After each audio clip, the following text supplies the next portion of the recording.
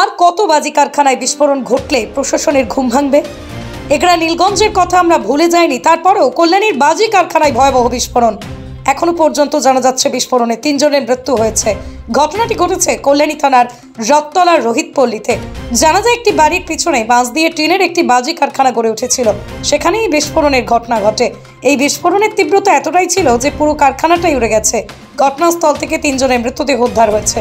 বাকি আরও কয়েকজনকে কল্যাণী জেএনএম হাসপাতালে ভর্তি করা হয়েছে। জানা যায় বাজি কারখানাটি জনবহুল এলাকায় হওয়ায় দমকলের গাড়ি ঘটনাস্থলে পৌঁছতে পারেনি। সেই কারণে এলাকার মানুষের সাহায্যে টিউবওয়েলের থেকে জল নিয়ে দমকলের কর্মীরা আগুন নেভানোর চেষ্টা করে। আশেপাশের বাড়ি থাকায় সেই বাড়িগুলোরও ক্ষতি হয়েছে। আরও কেউ ধ্বংসস্তূপের মধ্যে আটকে আছে কিনা দমকল বাহিনীর কর্মীরা সেই স্তূপগুলি সরিয়ে খোঁজার চেষ্টা করছে। এই বাজি কারখানায় বৈধ লাইসেন্স আছে কিনা, কি কারণে বিস্ফোরণ ঘটলো তা নিয়ে তদন্ত শুরু করেছে দমকল বাহিনীর কর্মীরা। রাজ্যে একের পর এক বাজি কারখানায় বিস্ফোরণের ঘটনায় প্রশাসনের বিরুদ্ধে ক্ষোভ উগরে দিয়েছে এলাকার সাধারণ মানুষজন। বাজিতে কাজ করতো, মালটা বাড়তো করতো।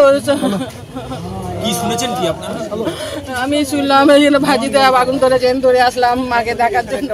ছিল আর কিছু হয়তো সার্কামস্ট্যান্সেসের এগেইনস্টে আগুন লেগেছে, আর যার জন্য মানে প্রায় আমি যতজনকে দেখলাম 4-5 জন তো মনে হয় অ্যাটলিস্ট মারা গেছে।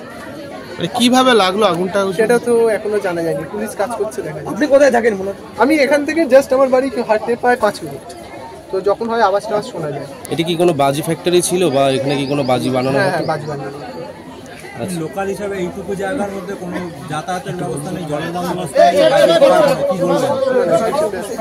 এখানে পলিটিক্সের ব্যাপারে কিছু বলতে চাই না, কারণ মানে এটাই বলবো যে এইটুকু এলাকায় পুলিশের অ্যাটলিস্ট স্টেপ নেওয়া উচিত ছিল, যে এরকম একটা জায়গায় কি করে অ্যালাউ করে যে এরকম একটা এত বড় বাজি ফ্যাক্টরি হচ্ছিল আর পুলিশের কোনো জানা নেই, কিছু নেই। ব্যুরো রিপোর্ট, আরব নিউজ, নদিয়া।